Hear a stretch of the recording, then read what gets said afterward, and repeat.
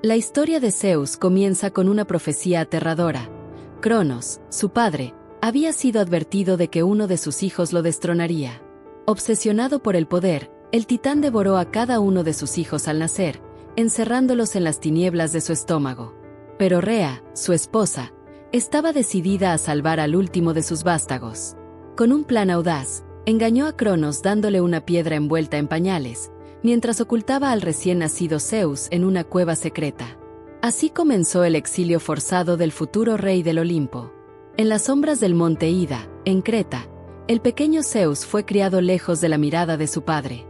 Las ninfas Adrastea e Ida lo protegieron, alimentándolo con miel sagrada y leche de la cabra maltea, cuya piel se convertiría más tarde en el escudo invencible, la égida.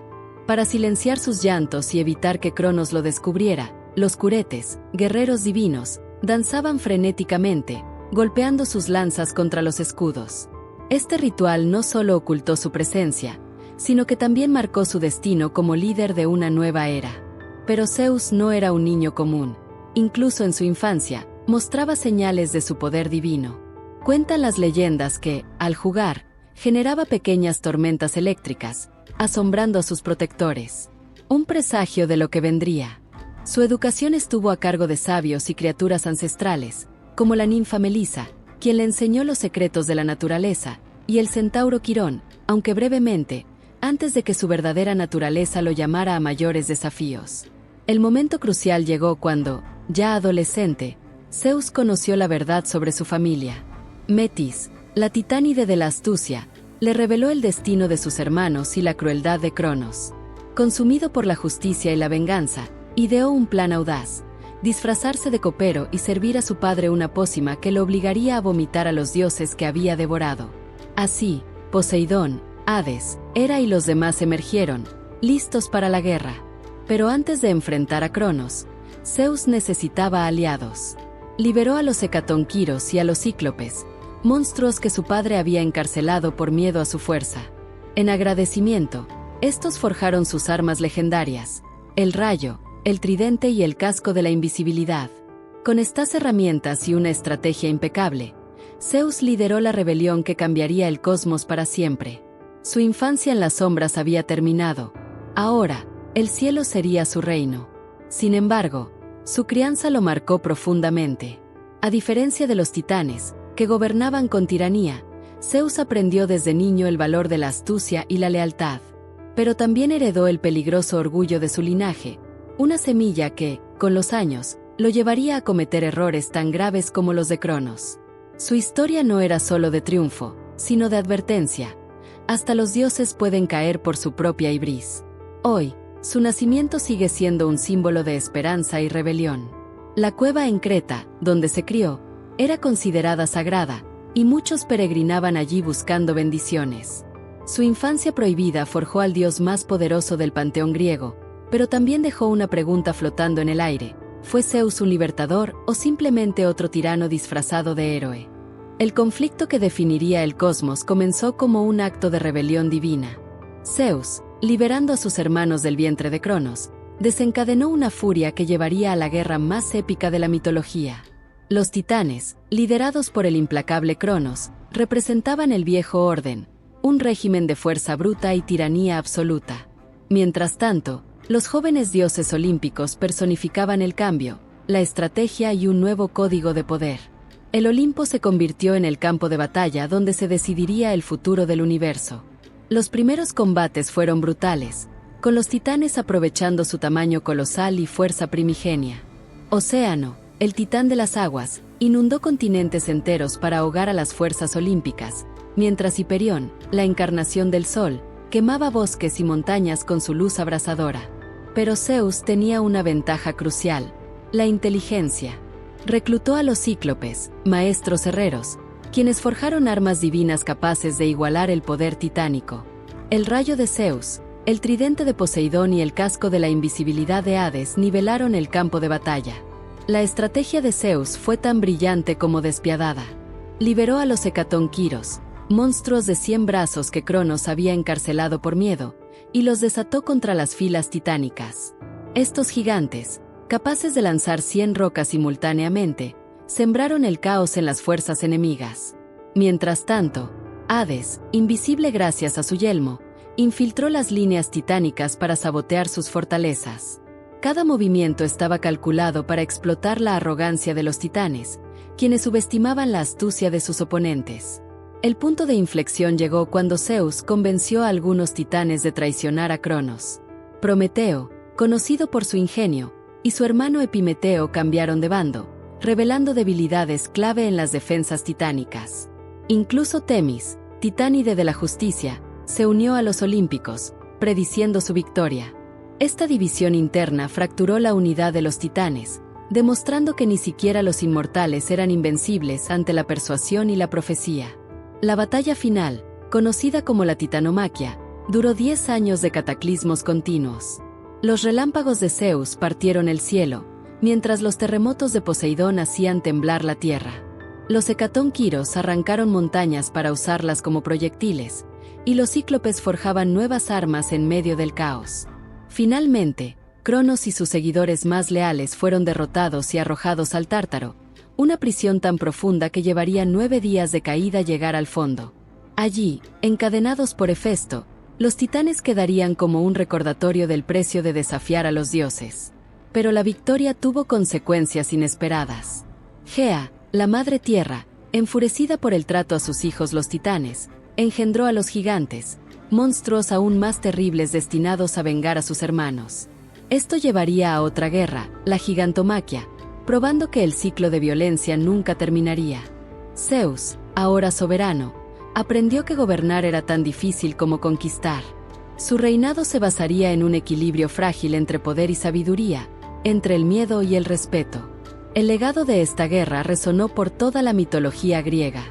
Los olímpicos establecieron un nuevo orden, donde el destino no estaba dictado por la fuerza bruta, sino por leyes y decretos divinos. Sin embargo, las cicatrices del conflicto nunca desaparecieron. El Tártaro seguía albergando a los titanes, y Prometeo, aunque aliado de Zeus, terminaría castigado por desafiar su autoridad. La Titanomaquia no fue solo una batalla por el poder, sino el nacimiento traumático de una era donde incluso los dioses debían enfrentar las consecuencias de sus acciones. El dominio de Zeus sobre los fenómenos atmosféricos iba mucho más allá de simples relámpagos. Podía convocar tormentas tan violentas que hacían retroceder océanos enteros, o detener precipitaciones durante décadas causando sequías bíblicas. Su control sobre los vientos permitía desde brisas curativas hasta huracanes destructivos, siendo capaz de alterar el clima de regiones específicas como arma de guerra o castigo divino. Este poder atmosférico no era meramente físico, sino que representaba su autoridad cósmica como regente del firmamento. La metamorfosis de Zeus constituía uno de sus atributos más intrigantes y perturbadores. No solo adoptaba formas animales como el toro, Europa, o el cisne, Leda, sino que podía transformarse en elementos naturales, lluvia dorada, nube oscura, incluso luz solar. Estas transformaciones no eran simples disfraces, alteraban completamente su esencia divina, permitiéndole interactuar con el mundo material en niveles cuánticos. El mito de Dánae demuestra cómo podía reducirse a partículas áureas para fecundar mortales, desafiando todas las leyes de la física. Su capacidad de manipulación mental y emocional superaba con creces la simple persuasión. Zeus podía implantar pensamientos, borrar memorias o inducir pasiones irrefrenables en dioses y mortales por igual. El encantamiento divino que usó para seducir a Hera antes de su matrimonio mostraba este poder en su máxima expresión, una alteración permanente de la percepción. Sin embargo, estos poderes psíquicos tenían límites, como demostró cuando no pudo evitar que Atenea naciera de su cabeza contra su voluntad, revelando paradojas en su omnipotencia. Como soberano del Olimpo, Zeus ejercía un control único sobre el tejido mismo de la realidad divina. Podía otorgar o revocar la inmortalidad, como cuando hizo a Heracles dios tras su muerte mortal. Su palabra tenía peso cósmico. Los juramentos pronunciados en su nombre eran vinculantes incluso para otras deidades. Este poder lingüístico mágico se manifestaba también en profecías autocumplidas, donde sus simples declaraciones alteraban el curso del destino. Sin embargo, ni siquiera él podía escapar completamente de las Moiras, las tejedoras del destino universal. La teleportación y teletransportación eran habilidades cotidianas para el rey olímpico. Podía materializarse en cualquier lugar del cosmos en un instante, ya fuera en el Olimpo, la Tierra o el Tártaro. Sus apariciones iban acompañadas de fenómenos epifánicos, olores a ozono, brillos cegadores o terremotos locales. Más impresionante aún era su capacidad de teletransportar a otros contra su voluntad, como cuando invitó a los olímpicos a asambleas divinas mediante traslados instantáneos e innegables. Su dominio sobre la justicia y el orden cósmico se manifestaba en poderes abstractos pero fundamentales. Zeus podía percibir instantáneamente cualquier ruptura de las leyes divinas o humanas, como un sistema de alerta universal. Su cólera no era simple ira, sino un mecanismo de reequilibrio cósmico. Cada rayo lanzado restauraba el balance universal. Podía leer el peso moral de las almas, determinando su destino post-mortem. Este aspecto judicial de su poder lo convertía en mucho más que un dios del clima. Era la personificación viviente del equilibrio universal. Los límites de sus capacidades generaban fascinantes paradojas. Aunque podía ver el futuro mediante oráculos, a menudo elegía ignorar ciertas profecías. Podía ser herido, como cuando Tifón lo cortó sus tendones, pero nunca destruido. Su conocimiento era vasto pero no infinito, dependía de redes de información como Hermes o las horas. Estas limitaciones estratégicas, lejos de debilitar su figura, la humanizaban y hacían sus elecciones moralmente significativas.